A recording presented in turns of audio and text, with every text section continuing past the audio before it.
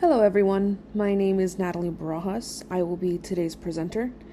The presentation today is about being the best advocate for our patients. So, to start, what is an advocate? An advocate speaks on behalf of another person or group. Now, more specifically for us in the healthcare field, a patient advocate ensures patients' voices are heard and their needs are met. This can be anything from making sure that the patient fully understands any exams or specific medication they are taking, to speaking up if something that another provider is doing to the patient does not feel right. Essentially, we need to make sure that the patient is our first priority. What is patient advocacy? As previously stated, us in the medical field are patient advocates. This means that we have to support and defend the patient's choices, whether we agree with them or not. There is a limit to that, however.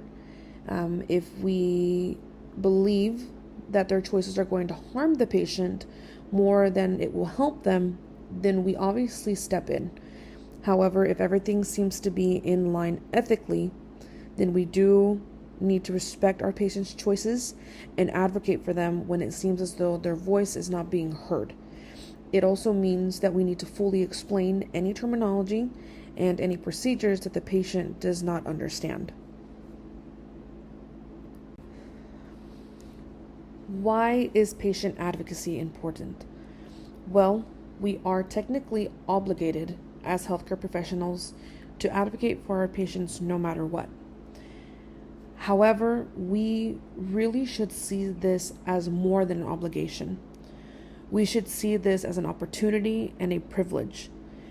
These patients, they're giving us a lot of trust. They are, in a lot of times, in their most vulnerable states.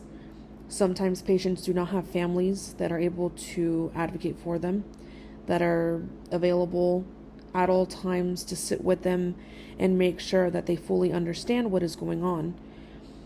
These patients put a lot of trust in us, and we need to acknowledge that sometimes we really are the only thing that stands in between them receiving proper ethical care and them being taken advantage of or them not being heard. In addition to being a patient advocate, making sure that their voices are heard, we can help prevent medical errors that can lead to further harm for the patient. There have been countless times where a patient doesn't feel comfortable for whatever reason speaking to the doctor about certain things, but they do feel a lot more comfortable speaking to either a nurse or a technologist because they feel as if the nurses and technologists actually take time to listen. So they will let not necessarily slip certain things, but they feel more comfortable and they freely divulge a lot more information. Building that sense of trust with the patients is vital, and we need to make sure that we take advantage of that, and we should feel grateful and privileged that these patients are willing to put that much trust in us.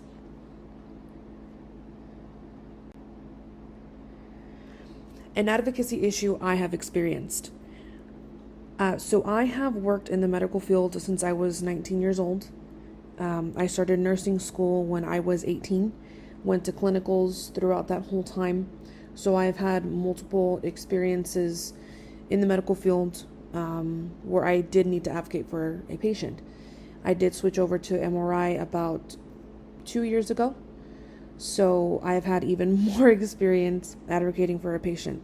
Most recently, I did have a situation where I had to step in as a Spanish interpreter for the patient.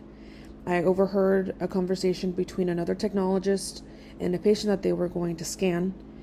This technologist did not speak any Spanish, and the patient did not understand any English.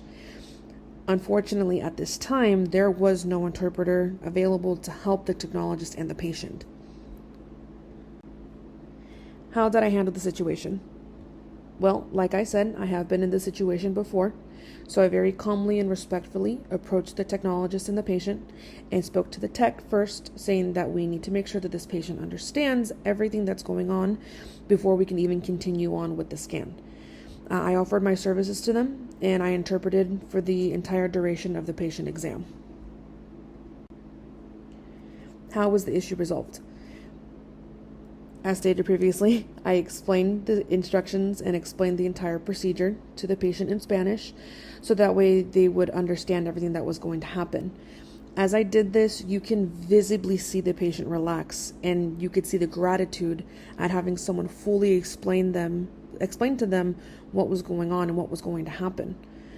In addition to the patient's appreciation, the technologist was very appreciative that I was able to assist them. I told both the patient and the technologist that if ever this situation happens again, they need to speak up a little bit quicker so that way an interpreter can be acquired for them, or another person that works at the facility can step in and help them, so that way we avoid errors and avoid discomfort for both parties involved. And that was my presentation. Here are my references.